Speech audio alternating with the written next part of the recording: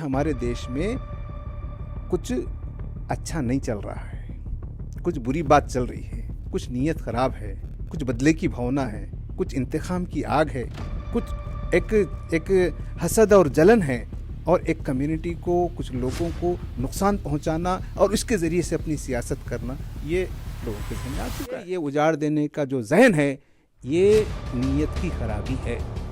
और जब नीयत ख़राब होती है तो कोई दलील काम नहीं करती, सब दलील मौजूद है, नीयत खराब है, ये असल मसला है।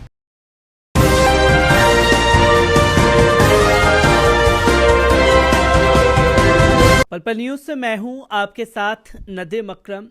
हल्द्वानी को लेकर के लगातार सोशल मीडिया पर ट्रेंड चल रहा है, पर कहीं ना कहीं सरकार की पूरी तरीके से खामोशी है कि बस एक आइडेंटिटी सेट कर दी है और ये बता दिया है कि हमें 4300 मकानों को हटाना है, जिसमें 50,000 से ज्यादा लोग बेघर हो जाएंगे इस कड़ाके की ठंड में, जिसे लेकर के तमाम अपडेट सामने आ रही है। पर कैसे उसे अंजाम तक पहुंचाया जाए, इसको लेकर के तमाम लोगों का सवाल है कि मुस्लिम तंजीमें इस पर क्या कर रही हैं, उन लोगों का किस तरीके का स्टैंड है। इसी पर हमसे बात करने के लिए जमात इस्लामी हिंद से मलिक मोहतसिम खान साहब मौजूद हैं। सर, मैं ये जानना चाहता हूं, क्योंकि अभी हल्द्वानी का दौरा भी आप लोगों ने किया, तमाम तस्वीरें देखी, किस तरीके से देखते हैं जो वहां पर रेलवे विभाग पहले 29 एकड़ की जमीन को अपना बताता है, फिर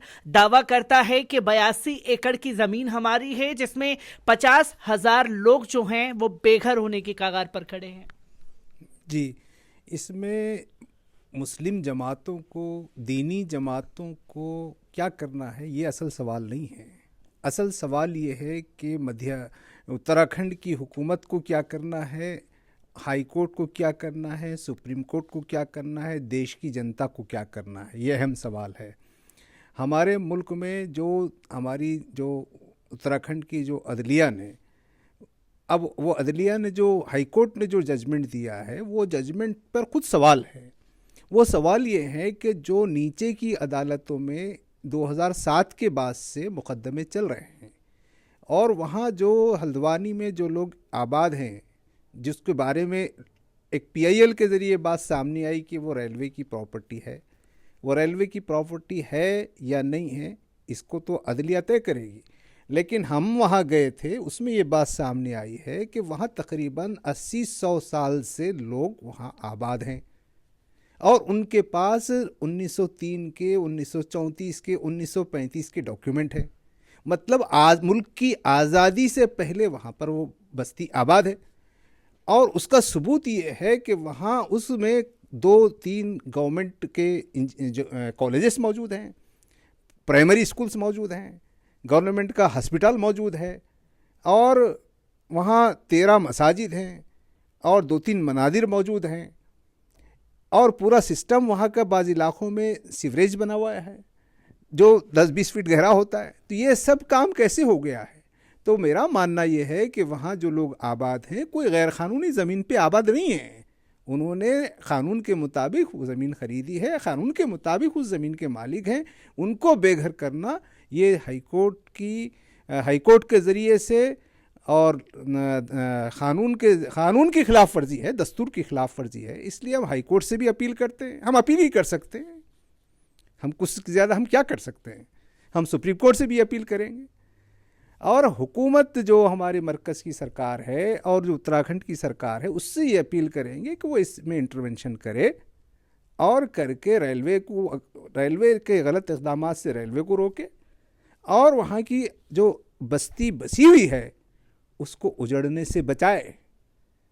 हुकूमत का काम ये होता है कि बस्तियों को बसाते हैं, और जो बस्तियाँ होती हैं वहाँ सहूलतें फ़राहम करते हैं, स्कूल फ़राहम करते हैं, बैंक फ़राहम करते हैं, पोस्ट ऑफिस फ़राहम करते हैं, सड़कें फ़राहम करते हैं, पानी फ़राहम करते हैं। ये हुकूमत का काम होता है। ऐसा नहीं होता है कि हुकूमतें बनी हुई बस्ती को उजाड़ दें। अगर हुकूमत के पास कोई प्रोग्राम है, जैसे कि कोई डैम बनाना है, अगर कोई ऐसा प्रोग्राम है कि उस आबादी पर वो देश की भलाई के लिए कोई बड़ा काम करना चाहते हैं, तो वो वहाँ के रहने वालों को कोई पहले अल्टरनेट इंतज़ाम करें। और हम उनसे कहेंगे कि उसके लिए वो कुर्बानी दें, और हुकूमत मुतबादिल इंतज़ाम कर रही है, वहाँ जाएं और इस बस्ती को छोड़ दें। लेकिन हुकूमत के पास क्या है?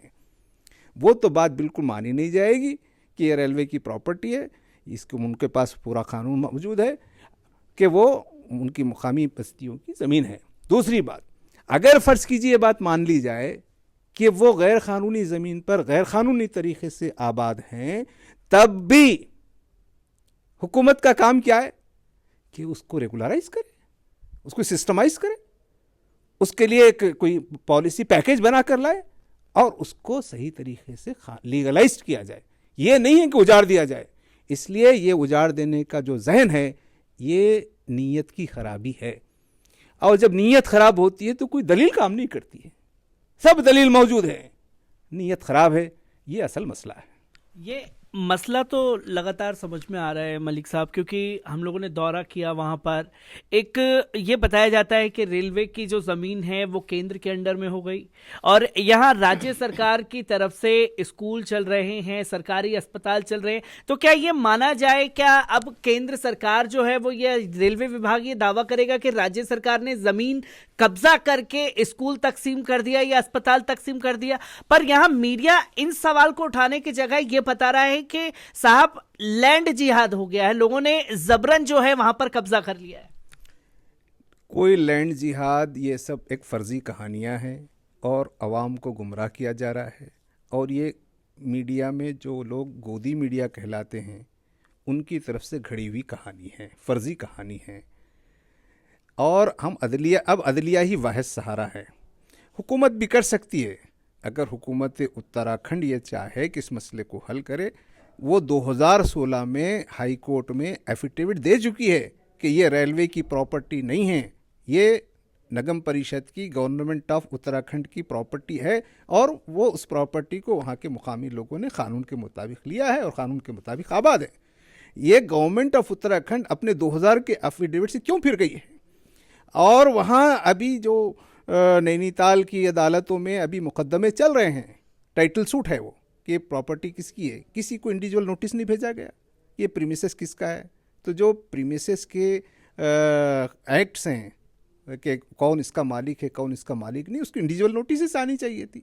ये सब अभी वहाँ चीज़ चल रही है। ऐसे मौके पर कोई आदमी हाई कोर्ट जाता है तो हाई कोर्ट की हम हाई कोर्ट से ये दरख्वास्त करते हैं कि वो उनको ये रेफ़र कर सकता था कि आप लोकल ट्रायल कोर्ट में आप उसको हल करा लीजिए, वहाँ हल ना हो तो फिर अपील करें। ऐसे मौके पर ये होना, ये इस बात की अलामत है कि हमारे देश में कुछ अच्छा नहीं चल रहा है, कुछ बुरी बात चल रही है, कुछ नीयत ख़राब है, कुछ बदले की भावना है, कुछ इंतकाम की आग है, कुछ एक हसद और जलन है, और एक कम्युनिटी को, कुछ लोगों को नुकसान पहुंचाना और इसके ज़रिए से अपनी सियासत करना, ये लोगों के जहन में आ चुका है। क्योंकि लगातार वीडियो जो हैं वो दर्दनाक सामने आ रहे हैं। लगातार रेलवे विभाग की तरफ से 2 किलोमीटर तक लाउड स्पीकर लगा दिए गए हैं। उन लाउड स्पीकर से ऐलान किया जा रहा है कि इतने तारीख तक अपने घरों को खाली कर दें, वरना हमें कानूनी कार्रवाई करनी पड़ेगी। और दूसरी तस्वीर, रोते बिलखते हुए, दुआ मांगते हुए लोग जो हैं अपनी बातों को कर रहे हैं। इंटरनेशनल मीडिया इसमें लगातार रिपोर्ट छाप रहा है, पर अगर गोदी मीडिया जो मेन स्ट्रीम मीडिया है उसकी बात करें तो उसकी कहानी कुछ और कहती है, जो सरकार की तरफ से कर दी गई है, जो कि मंशा पर बार बार सवाल होते हैं। ऐसे में किस तरीके के कदम उठाए जा सकते हैं? क्या वहां के लोगों से आप अपील करना चाहेंगे? हम वहाँ के मुकामी बाशिंदों से इस बात की अपील करते हैं कि वो अमन के साथ और पूरे एतमाद के साथ और पूरी हिम्मत के साथ वो जुटे रहें। अब वो अगर अदालत के हुक्म से वहाँ रेलवे अथॉरिटीज़ जुल्म और बर्बरियत और के ज़रिए से वहाँ अगर वो क़ानून के उल्लंघन करते हुए, क़ानून की खिलाफ वर्जी करते हुए एक बसी हुई बस्ती को उजाड़ना चाहते हैं, तो हम चाहेंगे कि जितना वो फ़ाइट कर सकते हैं मोरली, लीगली, सोशली, उनको फ़ाइट करना चाहिए। हम उनकी फ़ाइट में हम चाहेंगे कि हम उनके साथ दुआ करें और उनके साथ मोहब्बत का इजहार करें। ये सारी दुनिया में होता है, लेकिन जो हुकूमत उत्तराखंड की और जो सरकार दिल्ली में बैठी हुई है, उनको ये मानना चाहिए कि अपने शहरियों के ख़िलाफ़ ही ऐसे इक़दामात करने में वो कोई हिस्सा ना लें, वो चुपकी साथ बैठ जाएं, ये अंधे बहरे बन जाएं, तो इसका अंजाम मुस्तक़बिल में बहुत बुरा होगा। क्योंकि जो लोग केस नहीं लड़ पाएंगे, क्या जमात इस्लामी हिंद उन लोगों का केस आगे लड़ने की कोशिश करेगी? क्योंकि कल सुप्रीम कोर्ट पर सभी की निगाह टिकी हुई है। हम पूरी कोशिश करेंगे कि जो लोग इसमें इंटरवेंशन कर रहे हैं, हम उनके मददगार बने। हमारा बराह रास्त खुद सुप्रीम कोर्ट में रुजू होना ये ज़रूरी नहीं है, वहाँ के लोग रुजू हुए हैं। अगर वहाँ के लोग रुजू नहीं होते हैं तब हम रुजू होने की कोशिश करेंगे, लेकिन जो लोग रुजू हुए हैं उनकी हम मोरली, सोशली, लीगली हम मदद करने की और उनके साथ खड़े होने की कोशिश करेंगे। हम अदालत आलिया, जो हमारी अदालत उज़्मा जो हमारे है सुप्रीम कोर्ट है, हम चाहते हैं कि उसके ऊपर जो लोगों का एतमाद होता है, उससे उम्मीद होती है, वो लोगों के एतमाद को और उम्मीद को ठेस ना पहुँचाएँ और अदलिया के वक़ार को बहाल रखें, इंसाफ के तकाज़ों को पूरा करें। मलिक मोहतसिम खान साहब हमारे साथ मौजूद थे, जो खुद हल्द्वानी जाकर के दौरा करके आए हैं, जो कि साफ तौर पर यह बताता है कि सरकार की जो नीयत है वो खराब है, या ये कहें कि वोट बैंक की एक राजनीति करनी है, जिसके चलते उन 50,000 लोगों को बेघर कर देने पर तुली हुई है।